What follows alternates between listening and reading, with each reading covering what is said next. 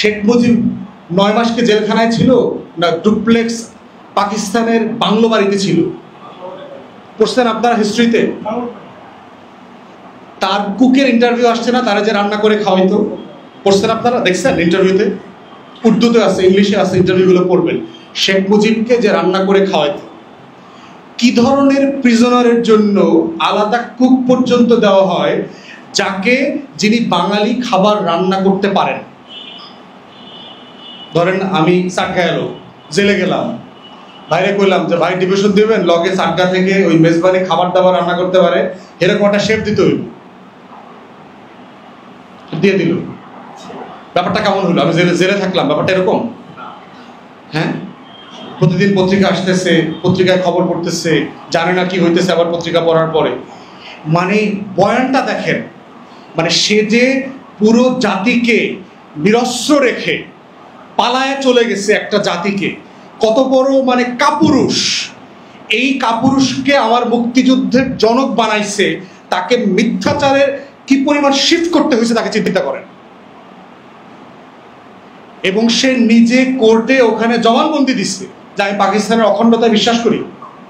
কোর্টে, পাকিস্তানের কোর্টে তার বিরুদ্ধে রাষ্ট্রদ্রোহিতার মামলা হয়েছে, তো সে কোর্টে বলছে আমি পাকিস্তানের অখণ্ডতায় বিশ্বাস করি।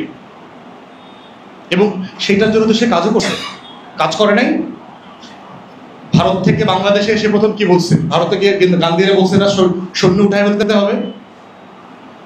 তো শেখ মুজিব যদি এত ভারতপ্রেমী লোক হয়ে থাকে, এত যদি মুক্তিযুদ্ধের সপক্ষে শক্তি হয়ে থাকে, তাহলে ভারতের সৈন্য উদ্যোগ করলো কেন? যৌক্তিক প্রশ্ন না?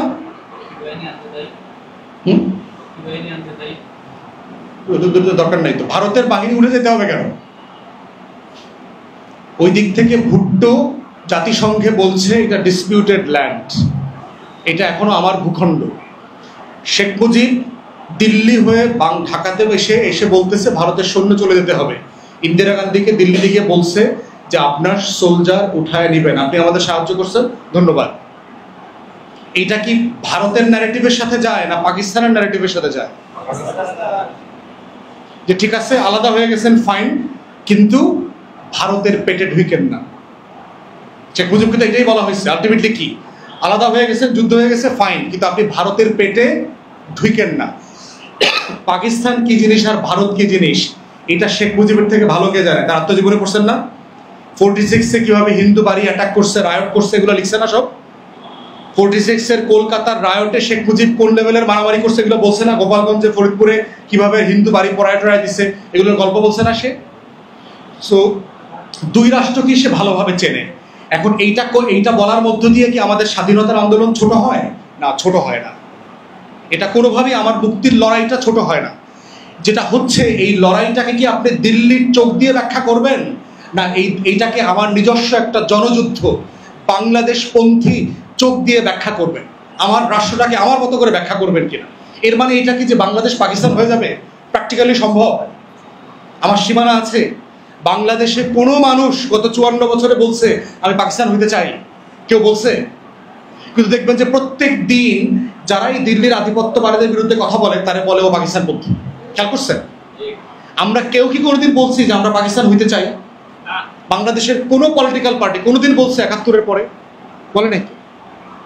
তাহলে সেই জায়গাতে দেখেন, আপনি বাংলাদেশের মুক্তির লড়াইটাকে কোন চোখ দিয়ে ব্যাখ্যা করবেন, এটা হলো বিষয়। এগুলো বলার মানে এটা না যে আমার মুক্তির লড়াইকে আমরা ছোট করছি। কোনোভাবে আমার মুক্তির লড়াই ছোট না। জেনুইনলি বৈষম্য হয়েছে, যুদ্ধ চাপিয়ে দেওয়া হয়েছে আমাদের উপরে। পাকিস্তানিরা নির্বাচনে জেতার পরেও বিজয়ী দলকে ক্ষমতা দেয় না, এগুলো তো সত্য, ফ্যাক্ট। শেখ মুজিব ইলেকশনে জিতছে তো ভাই, ওরে ক্ষমতা দিবেন না আপনি? আপনি কেন ক্র্যাকডাউন করবেন আপনার দেশের মানুষের উপরে? ক্র্যাকডাউন তো আপনি করতে পারেন না। তো এই কারণে আমার মুক্তির লড়াই গুরুত্বপূর্ণ। কিন্তু আমরা বারবার যেটা বলছি যে এই আজাদির লড়াইটাকে দিল্লির চোখ দিয়ে দেখা বন্ধ করতে হবে, কলকাতার চোখ দিয়ে আমার মুক্তির লড়াইকে ব্যাখ্যা করা বন্ধ করতে হবে।